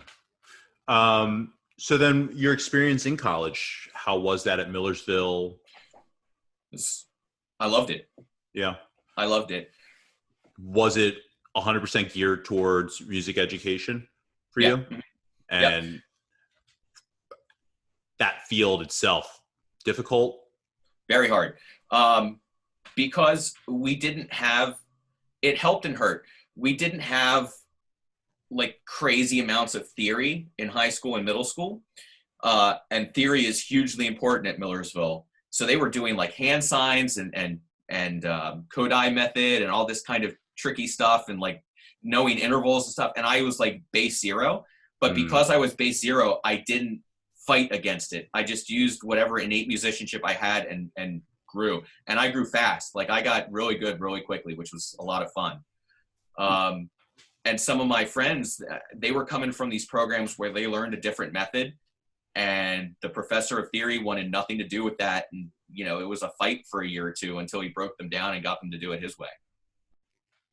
Wow. But I did really well in college. I really enjoyed having responsibility and being on top of it for myself. And then once you graduate, what happens? Graduated in 2005, and I actually got a job teaching in the school district that I student taught in School District of Lancaster. And I taught middle school, so 6th, 7th, and 8th grade band and general music. So similar to Mr. Kane. And I did that for 6 years, and then I had to leave because I was stupid and didn't get enough credits for my level 2 cert. So in PA, you start with a level 1, and they give you 6 years to get a certain amount of college degrees toward a master's. You don't have to get a master's if you don't want to. Most people do. But you have to have a certain number of degrees. You have to do a certain number of professional credits, which your school district takes care of.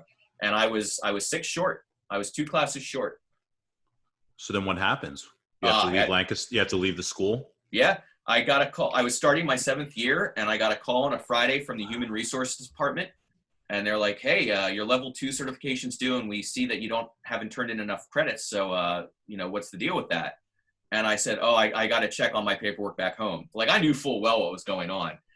And I went right to the principal and told him what was going on.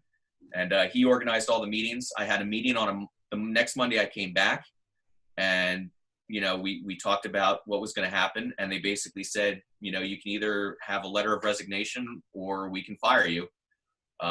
Either way. So of course I did the letter of resignation. All right. And then that Wednesday, the person who was going to replace me came in and observed Wednesday, Thursday, and they took over Friday while I packed up my office and left. Wow. And that was it.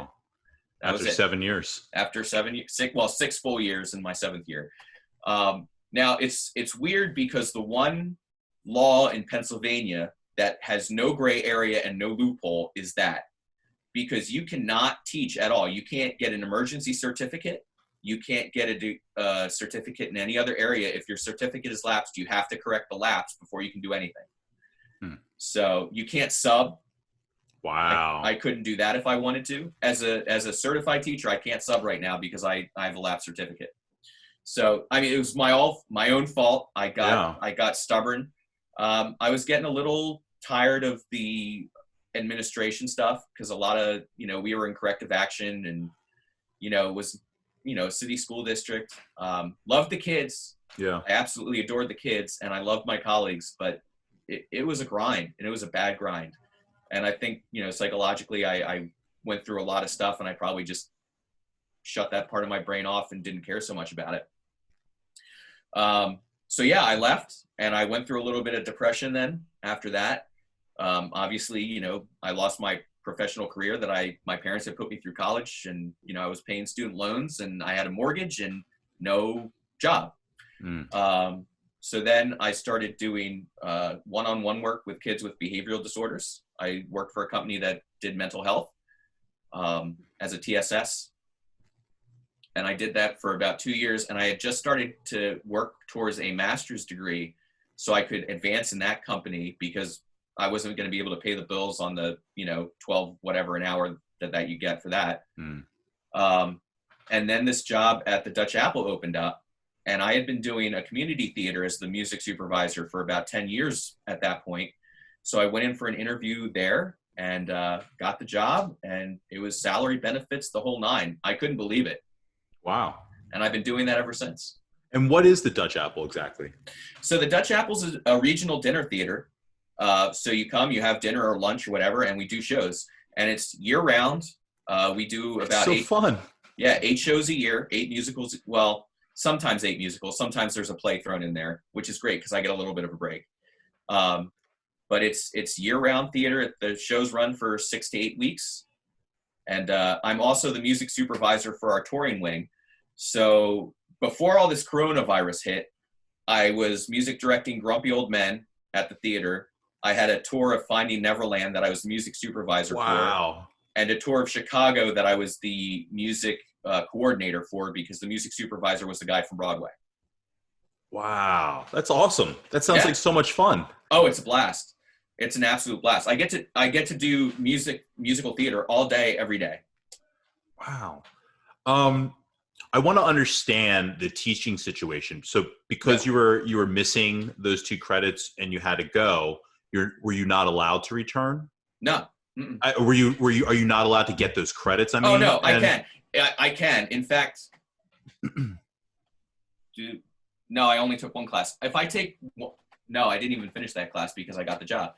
I need to take 2 college courses, so 6 credits total.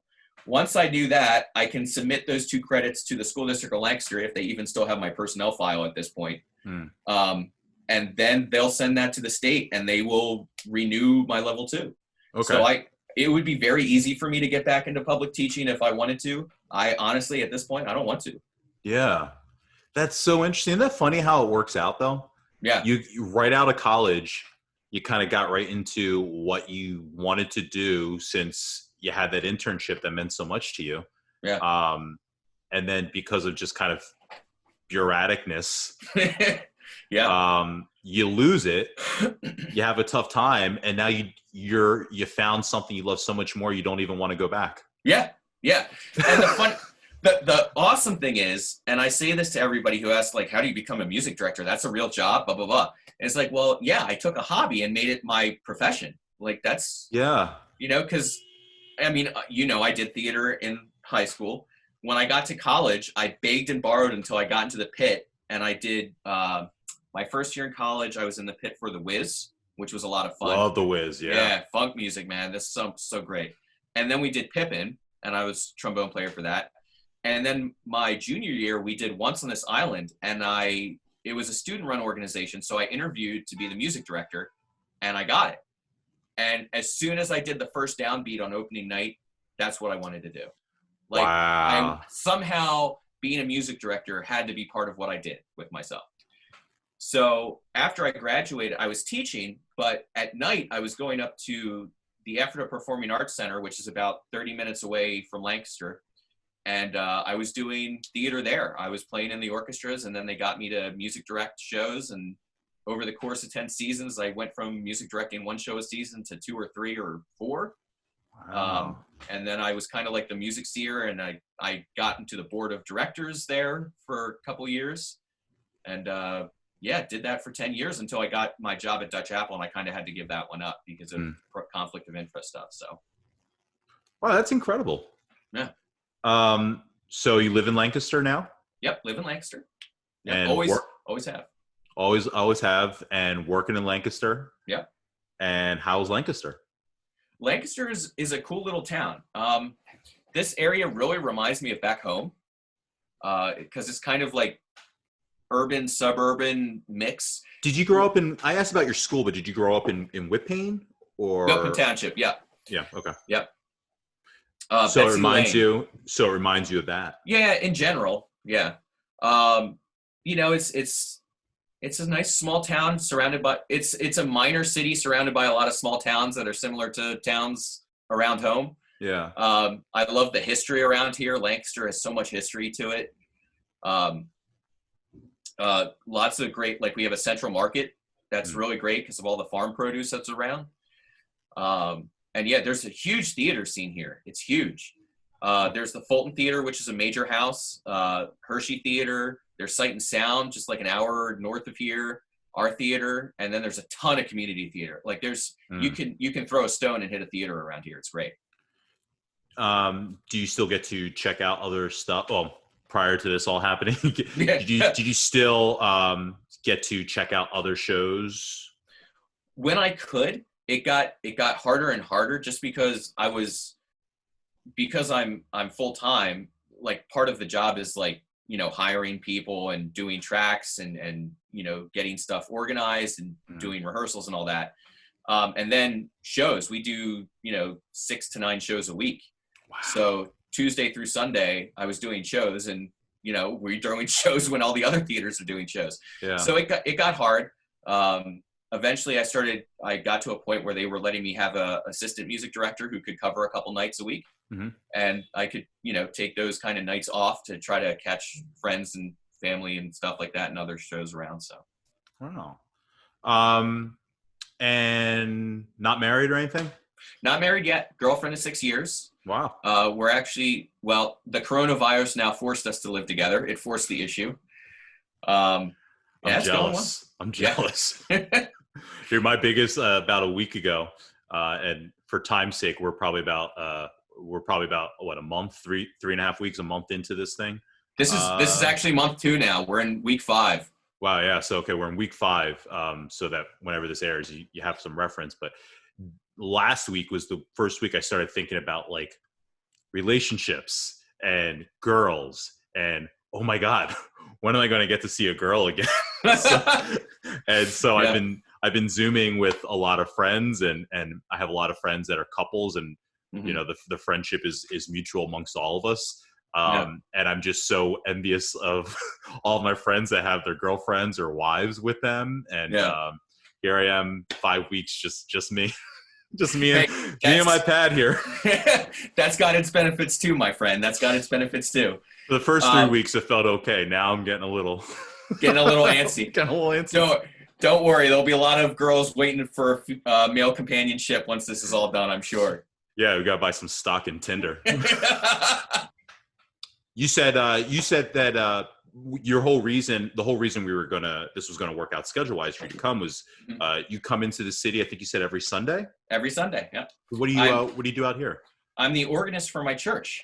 The church I've been going to since I've been a kid is in Center City, Philadelphia, on Broad and Mount Vernon Street, Old Zion Lutheran. Wow. And, yeah, when I was 16, our organist just didn't show up one day, and they said, "Hey, you play piano. Go play the organ for the service," which was like not the same at all.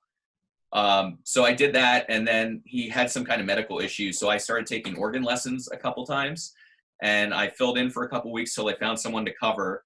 And then I went away to college, and I would come back every once in a while. And then I guess it was my senior year in college, the organist that they had decided to retire. So I started playing, and they kind of did a search. And then once I got my job, I was like, well, I could just keep doing this because I'm a teacher. I have Sundays open. That's not a big deal. It's a great excuse to see my parents every week. And I've been doing that now. I'm in my 17th year of doing that. Wow. Yeah. That's incredible. Yep. I lived for a year right 19 in Fairmount. So Oh yeah. Yeah, I know that area pretty well. Yep. Yeah, it's a great old church. Still do, it's, well, with this coronavirus, it's throwing a wrench into the whole system. Yeah. On the Sunday that we were supposed to get together, actually, we recorded 4 services in a row because I've been doing the live stream for them. So I've been trying to edit video and do all that stuff, and boy, is that a nightmare. If you do video editing, I do not begrudge you your job. Yeah. What an absolute nightmare. You got to. It's a workflow thing. Yeah. And every time, sometimes when I have to do something new, as these Zooms are for me now, and I'm trying to do a lot of different types of stuff. So it took a little bit of time for me just to get the workflow in, because it's just a little bit different than shooting video and throwing that in. So it felt like a chore for the last couple of weeks while I was trying to figure out the smartest way to get it done so that it makes sense. And I find that that's what editing is. But there's even bigger parts of it that my brain has a hard time clicking. And I think it's just a lot of repetition. That's what makes it better. Yeah, absolutely. Yeah, it's like, I'm trying to record the pastor doing his thing on my iPad and cutting it in an iMovie. And it's just, it gets to be a nightmare. Yeah.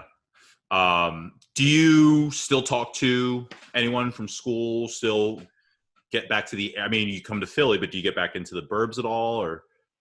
Not too much. I talk to Clyburn every once in a while. I was, part of it's hard. I missed his wedding because of work, which was a really, I kicked myself for that because I just could not get somebody to cover the show. And that it's one of those unsaid things that, strains a relationship that we've had for a long, long time, but we're all good. We're cool. And I talk to him every once in a while, but honestly, not too many people.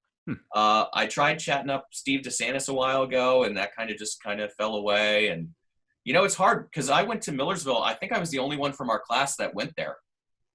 So I was away from Wissahickon people for 4 years, and then just because of the nature of the work and how far away I was, getting back for reunions wasn't a thing, or coming back for alumni night or whatever those things are. Yeah, not really a thing. I've stopped by the school a couple times to say hi to people, but now with school security and restrictions, you need like a birth certificate and like hand over your firstborn child and right.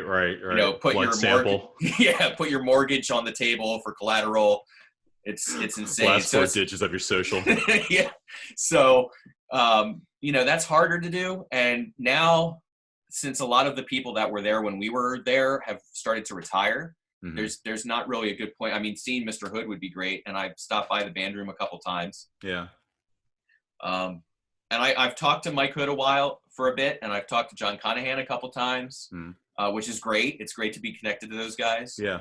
And my brother's still friends, like Earl Payne. I've talked to him a couple times. But as far as the class goes, no, I've been kind of away. mute. Yeah. Do you miss it at all? There are people that I miss. But honestly, one of the nice things about Millersville was there was no one from Wissahickon there that I knew. What's your life like now? So you're Dutch Apple. It sounds like you're working a whole lot. Girlfriend. Yep. I mean, outside of this COVID stuff, but in general, happy, feeling good. Yeah, I mean, before this COVID thing hit, I mean, things were going great. Like I said, we had 2 national tours going around the country. I had actually, when COVID hit, I had just gotten back 2 weeks earlier from Washington State, where we were rehearsing Chicago. I'm actually amazed I didn't catch it, because I swear it was going before it was going. And, the shows were going great, and all of a sudden, just hammer came down, boom, we got to stop, canceled all. I actually brought all my studio equipment from my office. The theater has like a separate building that has our offices and a rehearsal studio and everything. So I got my keyboard and my computers and all that stuff so I could keep doing tracks and working from home. I brought that all to my girlfriend's house, because I was like, we can't be going back and forth between each other's houses for this. Not safe. Yeah. So I came over to her house, and we've been living together this whole time. So nice little test drive for home living. Yeah. That's awesome. I don't know. We've been talking a good amount. Is there anything you wanted to talk about or bring up? It's so funny, because like I saw this thing when you did the one with Mike Clyburn. Yeah. Like, thank God you did this with Mike Clyburn, because I don't think I would have known about it for ages. Because we were not like, this title is perfect, because we were not friends at all. Right. Like and I feel bad saying this to you, but I don't remember a conversation we ever had. No. If I'm being honest, I feel like I probably I was probably one of the kids that picked on you. Probably nothing horrible, but I could imagine myself like seeing like the same way that I had stuff with Mike. Yeah. I could see myself picking on like smaller JP, back in the 90s. Well, I don't hold it against you. Thank you.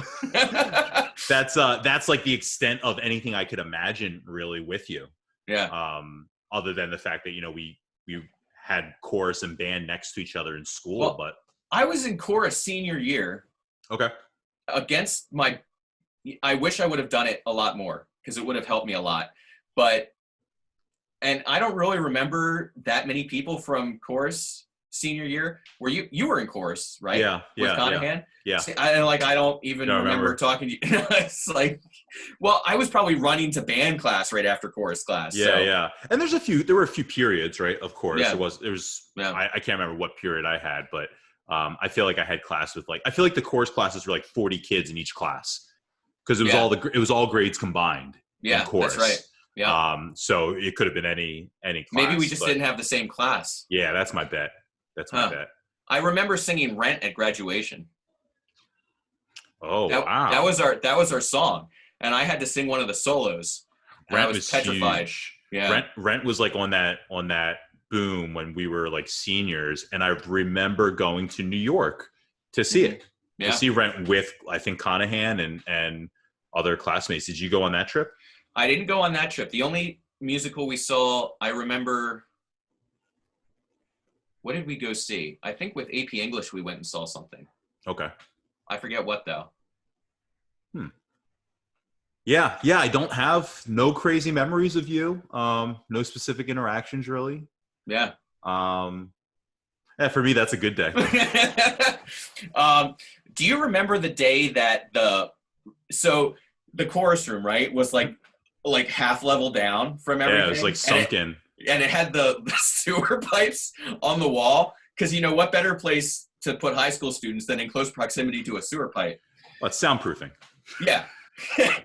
Well, the one day we got there and the sewer pipe had exploded because somebody had moved a riser or something and bumped the sewer pipe and cracked it. Do you remember that? Yeah. Oh, God, what a stench. That room had such problems, and oh God, yeah. And there was a period of time over like, I want to say maybe like 11th grade, 10th grade, when we all had to do chorus in the band room. I remember that. Yeah. And I think you guys had to go into like the auditorium instead. Yeah. Because that room was just closed off. It could have been from that. I think that might have been from that. Yeah. Because, yeah. I mean, that had to go through like a deep clean. It was just straight up sewage filled. And I remember the band room kind of smelling. Yeah. Oh, yeah. Being thankful that you guys had those big those big doors, the big loading doors. Yeah, to the outside. On the side, to the outside, so we could open that up and get some air, because those were tough days. Yeah. Oh. You know, those days were great. I remember, what was it, $2.50, right, to go down to the cafeteria and grab yourself a slice of Domino's pizza and a thing of Boardwalk fries and a soda. That was your lunch. And wow, was that $2.50? Yeah, something like that. Jeez. And then we could walk back to we could eat in the chorus room. We could eat in the band room. That's all we did. Yeah, yeah. And we would all hang out in the hallway too, right? Like before homeroom. Yeah, sitting against the door. Yeah. Mm-hmm. We did figure out that if you jiggle the band room handle, I hope to God they fix this by now. If you jiggle the band room handle, because you know it was like those locking synchronized door handles or whatever. Right. So if you tap the outside one, the inside one would like flip down and you could just walk in. Oh my God. That's so great. We were masters of breaking into that place. You just wanted to, well, you know what though? It was, that was your sanctuary. That's where you went. Yeah. Clyburn said that. And I definitely felt that with chorus, that it was a safe space, to the point where I used to use Conahan's signature to come late to homeroom. I used to say that I was hanging out in chorus, even though I wasn't. I was sleeping in bed. And I'd come in and give Mr. Gottlieb my my hall pass book, and I would just put Conahan's signature, because I knew I didn't know. I felt like he would probably be not mad. Right. Were our hall passes in our agenda, right? Yeah. Oh God, I would always lose that damn thing. I hated the agenda so much. Yeah, it was terrible. Yeah, that thick book in the back were. Yeah. And it had like the front cover was like that weird thing where like you moved it a certain way and the picture changed. Yeah. God, that's weird that I said that, because I haven't thought about that book or the fact that that's what we work till right now. And I just pulled that out of nowhere. It's like, oh, those things were horrible. I hated those. They give you like one free replacement. And then if you needed another replacement, it cost something. But you had to have one because it had the damn hall passes in it. Right. You had to have an official hall pass book. No counterfeit. Oh, nightmare. You never got in trouble or anything like that, right, in school? I did get in trouble once in middle school. Oh, really? Oh, yeah. I have no idea with who at this point, but we were at those, in the cafeteria, those tables that had like the circular seats or whatever. And the kid sitting across from me pushed me, and I like rocked back a little bit. So I stood up and pushed him, and he fell off his chair, I guess because he wasn't expecting it, hit his head. Well, of course, I got in trouble, and they put me in ISS for lunch for a week. You did ISS? I did ISS just for lunch. Okay. Just for lunch. But it was, oh, God, that was the scariest thing I think I've ever done. Someone else talked about, I think it was Ryan Dunn, talked about ISS, and he didn't like it either. He didn't like it in ISS, and I always said, like, I think it was the most fucked up thing. Let's gather the bad kids. Let's put them in this building, in this classroom, where they will learn nothing. They're not allowed to talk for 8 hours. Like, it sounds torturous. Yeah. You just have to sit in this chair all day. for me, it was like going into a lion's den. I would just come in there with my little brown bag lunch and sit there as quietly as I could in the corner and eat my lunch and get out of there. Mm-hmm. Did you learn your lesson? Yeah. I learned never to get caught. Yeah, it's the prison system in a nutshell right there. Oh, God. Well, this has been fun. I really, boy, I'm telling you, it really hit me like literally in this last 30 minutes that you can't sign the yearbook. Well, once this all gets lifted, I'll stop by. And we'll you'll have to come by, but best I can do for you there, JP, is... Oh, my Lord. Oh, burn that picture. See, this is why I got picked on. I mean, look at that. You know that was... they took that right after gym class. Look at my hair. Yeah. That looks good. My hair was a mess. Looks good. It looks time appropriate. You're one of the ones that the time doesn't look like it passed by where you just go, what is that haircut or anything? So yeah. Well, I kept my hair pretty much the same until it started going away, and now it's like buzz cut's the way to be. I'm holding on as long as I can, brother.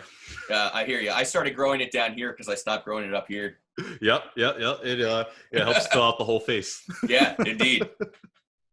All right, man. Well, this is awesome. Thank you so much for hopping on. You're the very first Zoom, so yeah. You helped ease some jitters that I had. Oh man, it works great. Yeah, it's awesome. It's been awesome talking to you and seeing you. It's great to talk about old times again. Maybe I'll go ahead and start reaching out to some friends from Wissahickon and see if anyone remembers who the hell I even am. Oh, dude, people remember you. I dropped your name to somebody recently, and I think it was Susie Mullet. Susie, the Mullet sisters. Yeah, and she was I think she's the only person I told. I said, I'm supposed to talk to JP, and she's like, I love JP. So people remember you. Oh, that's good. Yeah. I'm glad people remember me in a positive light. Yeah, dude. Well, thanks, man. Oh, wait, give a little plug for that. If anyone wants to check you out, this will come out in May, but if anyone wants to check you out, how do they check out your live?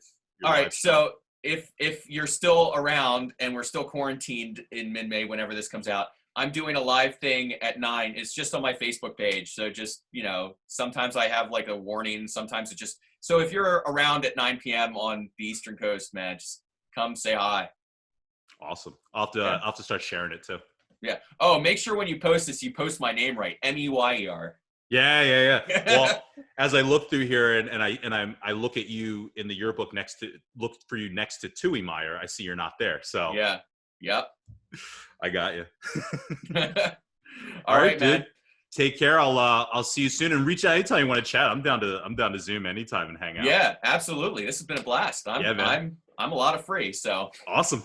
All right. I'll talk to you soon. See you. Yep. Bye. Bye.